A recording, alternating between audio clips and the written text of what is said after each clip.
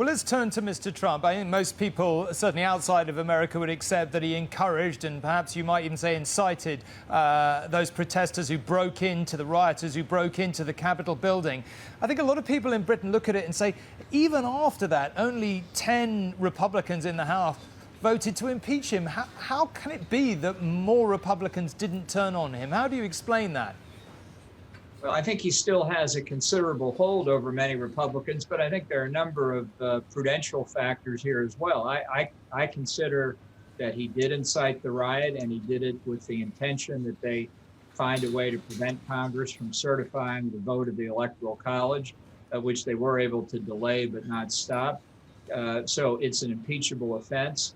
But, you know, at the time that consideration was given to impeachment, there were 10 to 12 days left in the administration.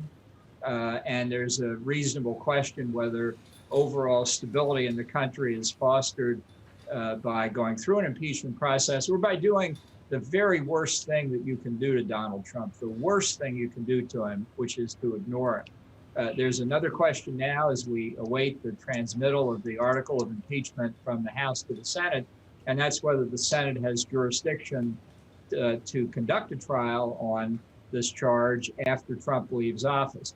That has never been decided in American history before. So we're leaving one administration with an unanswered constitutional question, and according to some people, they'll be beginning another with another undecided but very important question. So, you know, you can certainly concur that Trump's conduct was wholly unacceptable without necessarily accepting the cost-benefit analysis that going through with impeachment was worth it.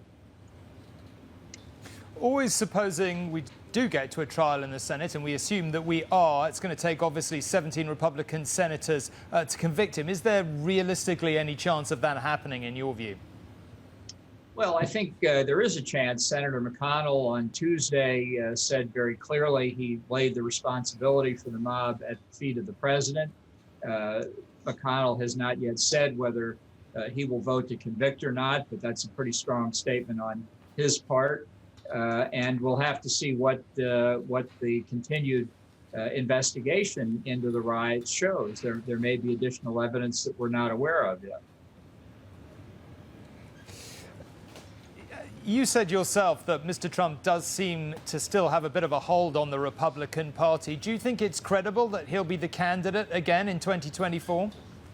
I would be willing to bet almost any amount of money that he will not run for re-election in 2024. I think he'll talk about it all the time to keep himself in the limelight. But I think running is almost entirely out of the question. He doesn't want to risk losing again. I do think there's got to be a very serious conversation within the Republican Party about how to fix the damage that he has done to the party, to conservatism in this country, and that he continues to do by his words and action.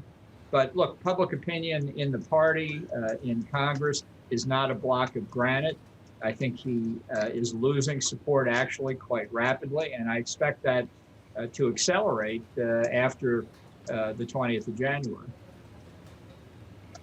Now, you served in his administration. I don't mean to be rude in any way, but some people would say it was clear how this was going to end and you should never have gone in there and effectively supported him. I mean, do you regret serving at this point? Well, I'm glad some people are geniuses who see everything perfectly. I guess I wish I were a perfect person too, but I don't qualify. I went into the administration because I felt that it was important to provide the best advice I could to a president, the criticisms of whom I had certainly heard along with everybody else. I did the best I could for as long as I could.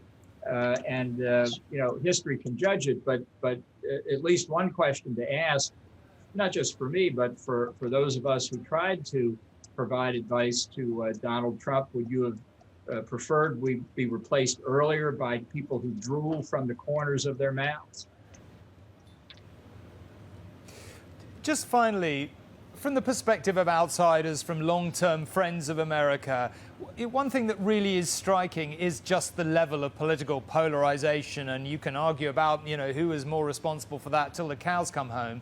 Do you think it is possible over the next 4 years for America to heal some of those wounds and to be less polarized, or is that just baked into the political culture here now?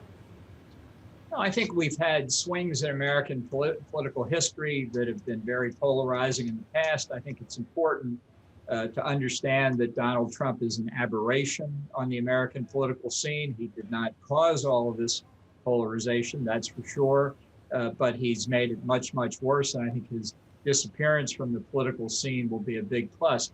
Look, after the election of 1800, when Thomas Jefferson defeated John Adams and had the first transfer of power from one president to the president of another party, John Adams left Washington at 4 a.m. in the morning of Inauguration Day so he wouldn't have to attend. That showed just how partisan things were just a few years after the Constitution was ratified. And yet it was in the 1801 inauguration speech that Thomas Jefferson famously said, "We are all Republicans, we are all Federalists."